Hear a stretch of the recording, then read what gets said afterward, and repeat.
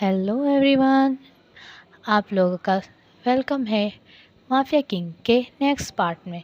तो हमने last scene में देखा था कि विंग जो कि वांगजी विंग को बहुत ही ज़्यादा हर्ट कर देता है।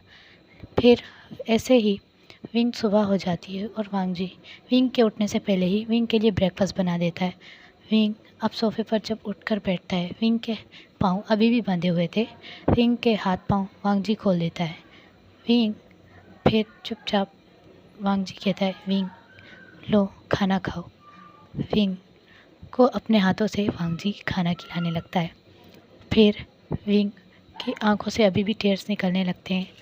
फिर थोड़ी देर बाद वांगजी अपने कमरे में चला जाता है और विंग को भी उठना होता है फ्रेश होने के लिए, क्योंकि उसके भागने की वजह से उसके कपड़े भी बहुत ज़्यादा गंदे हो चुके थे। विंग अब लंगड़ा कर चलता है और वो पहुंच जाता है वांगजी यानी अपने कमरे तक। जब वो कमरे का दरवाज़ा ओपन करता है तो वो क्या देखता है? वो देखता है कि वांगजी, जिसकी पूरी बैक पर बहुत ज़्यादा गहरे निशान हैं, वो भी किसी चीज़ से मारने के। तो विंग ये देख के शॉक हो जाता है। विंग कहता है, क्या ये वांगजी ने खुद को चोट पहुंचाई? विंग दिल में ही सोचने लगता है। विंग देखता है वांगजी के ज़ख्म अभी भी बहुत ज़्यादा गहरे और ताज़े थे। फिर विंग सोचता है, उसने ऐसा क्यों किया? उसने मुझे चोट पहुंचाई, लेकिन उसने खुद को क्यों चोट पहुंचाई? फिर विंग इसी सोच में खड़ा होता है। विंग इससे पहले कि वांगजी मुड़ता, जल्दी जल्दी दरवाज़ा वापस बंद कर देता है और नॉक करने की एक्टिंग करता है, ताकि वांगजी को लगे कि विंग ने दरवाज़ा नॉक किया है। वांगजी को विंग ने नहीं देखा। तो विंग अब दरवाज़ा जब नॉक करता है तो वांगजी कहता है, वांगजी जिसने अब शर्ट पहन ली थी, वांगजी कहता है तुम आ सकते हो। और विंग भी अपना सर हाँ में हिलाकर अब विंग चुपचाप कमरे में आता है और फिर वो कमरे को यहाँ वहाँ देखने लगता है। और विंग के नज़र पड़ती है बेडशीट पर, जहाँ पर बहुत ज़्यादा खून के छींटे भी नज़र आ रहे थे। विंग जानबूझ के दिखाता है कि वो उसे इग्नोर करता है, जैसे विंग ने कुछ देखा ही नहीं। तो विंग अब वॉशरूम में जाता है और फिर जैसे ही विंग अब चेंज करने के लिए, नहाने के लिए अपने कपड़े रिमूव करने ही वाला होता है, तो विंग देखता है कि वांगजी की शर्ट, जिस पे बहुत ही ज़्यादा खून था और उसमें बड़े बड़े कट्स के निशान भी नज़र आ रहे थे।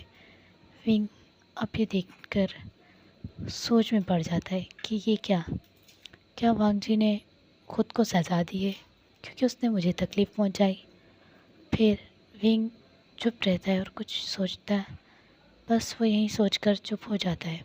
अब विंग फ्रेश होकर आ जाता है और वांगजी उसे कहता है, मैं ऑफ़िस जा रहा हूँ और आई होप कि तुम फिर से भागने की कोशिश नहीं करोगे। तो फिर विंग उसे कहता है, रुको। वांगजी मुड़कर देखता है। विंग कहता है, मुझे माफ़ कर दो, मैं तुमसे माफ़ी मांगता हूँ अपनी गलती के लिए। वांगजी कहता है, उसकी कोई ज़रूरत नहीं। मैं जो तुमने किया तुम्हें उसकी सज़ा मिल चुकी है, और हाँ, फिर से ऐसी गलती मत करना। फिर विंग चुपचाप वहीं पर खड़ा रहता है और वांगजी जो ऑफ़िस में जा चुका था, तो वांगजी जब ऑफ़िस में होता है और जैसे ही वांगजी ऑफ़िस की चेयर पे बैठता है, वांगजी की कमर पे जब चेयर टच होती तो वांगजी दर्द से आंखें बंद कर लेता है, क्योंकि उसकी कमर पे बहुत ही ज़्यादा कट्स के निशान थे और वो बहुत ही ज़्यादा गहरे थे। अब फ्लैशबैक दिखाया जाता है जब वांगजी देखता है विंग सो गया था उसे हर्ट करने के बाद। तो फिर विंग के पाँव पर वांगजी अपनी आंखें आंखों से देखने लगता है और कहता है, मैं तुम्हें कभी भी चोट नहीं पहुंचाना चाहता था, काश तुम नहीं भागते। और तुम क्यों नहीं समझते कि मैं कभी तुम्हें हर्ट नहीं करना चाहता था। फिर वांगजी अब अपने रूम में जाता है और अपने रूम में जाकर वो अपने एक गार्ड्स को बुलाता है और गार्ड्स को बुलाकर वो कहता है, यहाँ आओ। तो उसका गार्ड्स वहाँ आता है, तो वो अपने गार्ड्स के हाथ में एक हंटर देता है और कहता है, ये लो। तो उसका गार्ड्स हैरान रहता है और वांगजी कहता है, मेरी बैक पे ज़ोर ज़ोर से इसे मारो। गार्ड्स कहते हैं, सर ये आप क्या कह रहे हैं, कांपती हुई आवाज़ में, क्योंकि वांगजी एक माफिया किंग है। तो गार्ड तो डर जाता है पूरा, लेकिन वांगजी कहता है, जो मैंने कहा करो, नहीं तो तुम जान से जाओगे। फिर गार्ड्स ना चाहते हुए भी कांपते हुए हाथों से वांगजी के ऊपर 3-4 हंटर मारता है। वांग जी कहता है तुम्हें मैंने कहा ज़ोर से मारो, यूँ नहीं। तो फिर गार्ड्स कहते हैं सर मुझे डर लग रहा है। तो वांग जी कहता है क्या तुम्हें मौत से डर नहीं लगता? तो गार्ड चुप हो जाता है और फिर वांग जी को और भी ज़्यादा तेज़ी से हंटर मारने लगता है। वांग जी को इतने ज़्यादा मारने की वजह से वांग जी उससे पूरा आधा घंटा खुद को सज़ा दिलवाता है। आधा घंटा हंटर खाने के बाद वांग जी जब बिल्कुल लड़खड़ा के गिरने ही वाला था, वो रुकने लगता है। वांग जी कहता है मैंने कहा क्या तुम्हें मैंने कहा कि रुको, नहीं ना, मारो। फिर वो गार्ड्स वांग जी के सामने घुटनों के सामने घुटने के बल बैठ जाता है और कहता है सर मुझे माफ़ कर दीजिए पर मैं नहीं कर सकता और मुझे बहुत ज़्यादा डर लग रहा है। अगर मिस्टर लैन को पता चल गया वो मुझे मार डालेंगे। तो वांग जी कहता है गेट लॉस्ट, दफ़ा हो जाओ। तो वांग जी अब उठता है। वांग जी की शर्ट जो पूरी खून से भर चुकी थी। और फिर वांग जी कहता है विंग की पिक्चर को देखकर विंग मैंने ये नहीं चाहा था, बस मैं तो तुम्हें एक अच्छी लाइफ देना चाहता था खुद के साथ, लेकिन तुमने मुझे छोड़कर उस वेज को अपनाया और मेरी मेरी खुशियों को छीन लिया तुमने मुझसे और उस वेज को वो खुशियाँ दे दी जो मैं चाहता था। लेकिन तुम ये नहीं समझ सके कि मैं तुम्हारे लिए क्या फील करता हूँ। तो फिर बस वांग जी ऐसे ही सोच रहा था। तो अब फ्लैशबैक से हम वापस आते हैं। विंग जो अब अपने पाँव की तरफ देखता है, जिसका पाँव पर बैंडेज हो चुकी थी और वो रात को वांग जी नहीं की थी। तो फिर विंग सोचता है वांग जी कितना डिफरेंट है, मैं समझ नहीं पा रहा ये मुझे चोट पहुंचा रहा है या मेरे बारे में भी एक मौका दूं, हमारी लाइफ करता है, हमारी मैं क्यों नहीं समझ पा रहा इसे तो ठीक से। फिर विंग कहता है क्यों ना मैं कहीं ना कहीं विंग के फेस पे एक स्माइल आती है। तो फिर विंग कहता है मैं कोशिश करूँगा कि मैं सब कुछ ठीक कर दूँ और वांग जी भी मुझ पर कभी गुस्सा ना हो। तो फिर वहाँ सीन शिफ्ट होता है हमारे वेज पर। वेज जो अभी जान चांग के पास आता है और कहता है विंग कहाँ है, वो कब से मेरी कॉल्स क्यों नहीं उठाता और आपने डैड को शादी से मना क्यों किया? तो जान चांग कहता है मैं कुछ भी नहीं कह सकता इस बारे में। विंग क्या मतलब आप कुछ नहीं कह सकते? आपने ही ये सब किया था ना, तो फिर आपकी मर्ज़ी से ही ये सब हुआ था ना, तो फिर आप अचानक विंग को इस तरह गायब कर कर मुझसे रिश्ते कैसे तोड़ सकते हैं ये सारे? तो फिर हमारा आपस में एक अच्छा खासा समझौता है और आप लोग जानते हैं हम माफिया फैमिली कभी भी अगर एक बात कर दें तो उससे कभी मुकरते नहीं हैं। तो आप कैसे कह सकते हैं?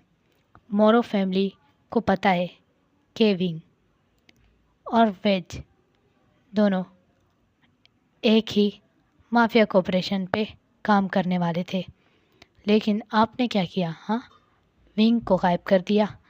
मुझे विंग नहीं नज़र आ रहा कहीं भी और ना ही वो कॉल उठा रहा है। आपने उसे क्या किया और आपने उसे कहाँ किया? तो जियांग चन कहता है कि विंग ने अपनी मर्ज़ी की। विंग हमारी फैमिली का हिस्सा अब नहीं रहा। विंग हमारी बेइज्जती का बायस बन चुका है।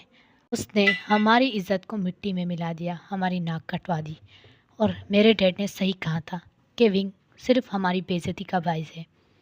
उन्होंने सही कहा था, उसे पैदा होते ही मार देना चाहिए था।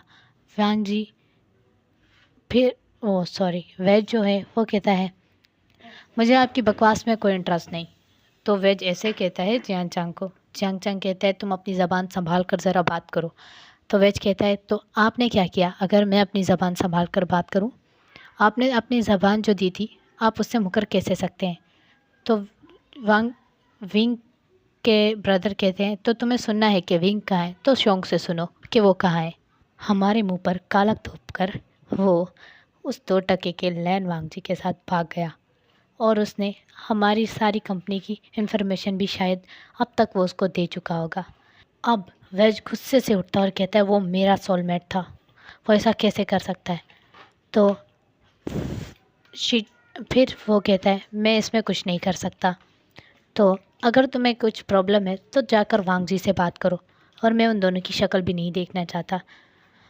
तो फिर वो कहता है मैं विंग से खुद इस बारे में बात करूँगा, शौक से करो, मुझे कोई फ़र्क नहीं पड़ता। जियान चैन ऐसे कहकर उठकर चला जाता है। विंग, तुम ऐसा कैसे कर सकते हो? तुमने ये ठीक नहीं किया। उस उस वांगजी ने तुम्हें और उस वांगजी ने मिलकर हमारे कॉपरेशन और हमें धोखा दे दिया। तुम ऐसा कैसे कर सकते हो? वेज ऐसे गुस्से में कहकर और वेज अपनी बाइक पर बैठकर जाने लगता है। वहाँ सीन शिफ्ट होता है विंग पर। विंग जो बहुत ही ज़्यादा अपसेट और बहुत ही ज़्यादा गहरी सोच में होता है, और फिर वांगजी की शर्ट को अपने हाथ में पकड़ कर देखने लगता है। वांगजी की शर्ट में बहुत ज़्यादा गहरे गहरे कट्स बन चुके थे।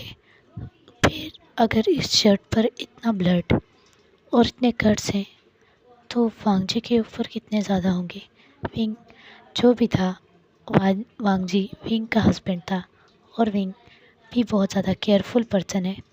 भले वांगजी ने विंग को थोड़ा सा दर्द दिया है, लेकिन विंग के बदले वांगजी ने खुद को भी बहुत ही ज़्यादा हर्ट कर दिया था। तो फिर विंग अपने मन में सोचता है क्यों ना मैं अपनी शादी को एक दूसरा मौका दूं। फिर मैं आज क्यों ना वांगजी से खुलकर बात करूं कि मैं वेज से प्यार नहीं करता, और मैं बस अब तुमसे प्यार करना चाहता हूँ क्योंकि तुम ही मेरे हस्बैंड हो वांगजी, और तुम ही मेरे अल्फ़ा हो। तो फिर विंग एक स्माइल करता है और विंग उठकर, हालांकि विंग के पाँव में दर्द भी हो रहा होता है, विंग उठकर वांगजी के लिए अपने हाथों से डिनर बनाने लगता है। विंग को काफ़ी सर्वेंट्स मना भी करते हैं कि सर नाराज़ हो जाएंगे, प्लीज़ आप ये नहीं करें, यंग मास्टर को बहुत ही गुस्सा आएगा हम पर। लेकिन विंग कहते हैं तुम लोग परेशान मत हो, मैं उन्हें बोल दूँगा। तो फिर विंग ने डिनर बना लिया था। तो फिर विंग अब बैठकर टेबल पे वांगजी का वेट करने लगता है। बहुत ही रात हो चुकी थी, रात के 2 बज चुके थे। वांगजी अभी तक नहीं आया, विंग दिल में सोचता है। तो फिर अचानक वांगजी आता है, बहुत ही ज़्यादा लेट। तो विंग कहता है तुम इतना लेट कैसे हो गए? वांगजी उसकी तरफ अपनी आँख रोल करते हुए कहता है तुम्हें इससे क्या, अपने काम से काम रखो। क्या मतलब मुझे इससे क्या? मैं तुम्हारी वाइफ हूँ, और हाँ तुम मेरे हस्बैंड, मैं तुमसे पूछ सकता हूँ। तो फिर वांगजी की आंखें वाइडन हो जाती है और वांगजी विंग की तरफ शॉकली देखने लगता है। फिर विंग आंखें नीचे करके सॉरी कह देता है और कहता है पर डिनर कर लो। तो फिर वांगजी कहता है मुझे भूख नहीं, मैंने बहुत मेहनत से डिनर बनाया है, तुम्हें ये करना ही होगा। वांगजी कहता है क्या? तुमने डिनर क्यों बनाया? तुम्हारे पाँव में चोट लगी थी ना? विंग कहता है तुम खुद को समझते क्या हो? जब तुम चाहो मैं डिनर बनाऊँ, जब तुम नहीं चाहो मैं नहीं बनाऊँ, मेरी मर्ज़ी, मैंने बनाया, भले मेरे पाँव में चोट थी। वांगजी उसे अपनी ब्लू आइज से गौर से देखने लगता है, बहुत ही ज़्यादा। तो वांग तुम ये खाओगे या नहीं? वांगजी कहता है मुझे नहीं खाना। फिर विंग गुस्से में अपनी चेयर से उठता है और चेयर को ज़ोर से धक्का देता है। वांगजी जो देख रहा था ये, और फिर विंग भागकर अपने कमरे में चला जाता है। फिर विंग बैठकर रोने लगता है, कहता है वो अपने आप को समझता क्या है, मैंने उसके लिए कितने प्यार से खाना बनाया था, भाड़ में जाए वो, मुझे उसकी कोई परवाह नहीं, अगर उसको मेरी परवाह नहीं है तो। फिर ऐसे ही रोने लगता है विंग। वांगजी जो बहुत ही ज़्यादा शौक था विंग के ऐसे बिहेवियर से। वांगजी कहता है क्या वो पागल हो गया है, एक ही चोट से क्या वो पागल हो गए सच में? तो वांगजी अब जाता है और कमरे को नॉक करता है और फिर कहता है wing open the door. Wing कहता है तुम जाओ यहाँ से, मुझे तुमसे बात नहीं करनी, तुम खुद को समझते क्या हो, तुम बहुत बड़े माफिया हो। अगर तुम्हें बता दूँ तो मैं भी एक माफिया ही फैमिली से हूँ, लेकिन मैं तो तुम्हारी तरह नहीं, हार्डलेस, यू रूड। फिर ऐसे कहकर विंग फिर से ज़्यादा रोने लगता है। वांगजी जो कि समझ ही नहीं पा रहा था विंग को हो क्या गया है, विंग ज़ोर ज़ोर से रोने लगता है और विंग कहता है तुम बिल्कुल बिल्कुल सेल्फिश हो वांगजी, तुम बहुत बुरे हो। तो फिर वांगजी कहता है wing open the door, I said मैं तुमसे नहीं डरता, तुम खुद को क्या समझते हो? तुम्हें लगता है कि तुम इस तरह मुझे हमेशा डराओगे और मैं डर जाऊंगा? मैं नहीं डरता। और विंग जाकर दरवाज़ा भी, मतलब डोर भी ओपन कर देता है और ये कहने भी लगता है क्योंकि विंग सच में ही वांगजी से डरता है। तो फिर वांगजी आता है और कहता है यूँ बच्चे की तरह रोना बंद करो और जाकर खाना खा लो। विंग कहता है तुमसे मतलब अपने काम से काम रखो, तो फिर वांग जी कहता है तुम बहुत ज़्यादा बोल रहे हो अब। विंग कहता है और तुम खुद को समझते क्या हो। फिर वांग जी जब विंग को देखता है तो फिर विंग फिर से ज़्यादा रोने लगता है जैसे कोई बच्चा रो रहा हो।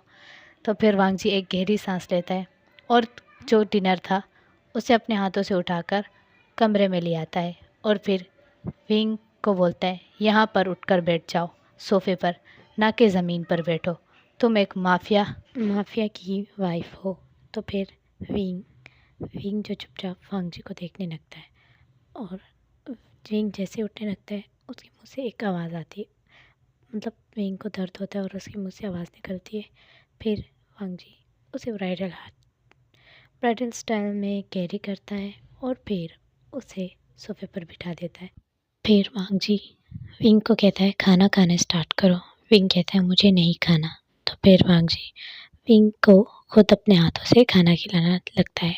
तो फिर विंग कहता है क्या तुम नहीं खाओगे। तो फिर वांग जी एक गहरी सांस लेता है और वो भी खाना खाना स्टार्ट करता है। फिर विंग एक क्यूट स्माइल देता है वांग जी को। वांग जी जो एक कोल्ड फेस से बस विंग को ही देख रहा था। तो विंग विंग कहता है हस्बैंड क्या तुम नहीं चाहते हमारी एक अच्छी लाइफ हो। वांग जी मैं ऐसी लाइफ नहीं चाहता कभी भी, और वैसे भी मैं तुम्हारा ओमेगा और तुम मेरे अल्फा हो। तो प्लीज़ क्या हम एक फिर से स्टार्ट कर सकते हैं, क्या हम अच्छी लाइफ जी सकते हैं प्लीज़। और विंग अपनी आंखों को झुका लेता है ये सब कहते हुए। तो फिर वांग जी जो विंग को वाइडन आंखों से देखने लगता है। फिर विंग की आंखों से जो टेयर्स खड़े हुए थे वो बहने लगते हैं और विंग फिर से रोने लगता है। वांग जी कहते हैं क्या तुम पागल हो गए हो, तुम बार बार क्यों रोए जा रहे हो, आज तुम्हें क्या हुआ है। विंग कहता है मुझे माफ़ कर दो, मेरी वजह से तुमने खुद को इतनी चोट दे दी, आई एम सॉरी।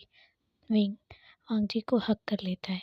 तो जब विंग वांग जी को बहुत ज़्यादा टाइटली हक करता है और रोने लगता है तो वांग जी थोड़ा सा कंफ्यूज होता है, बट वांग जी के फेस पे एक स्माइल आती है।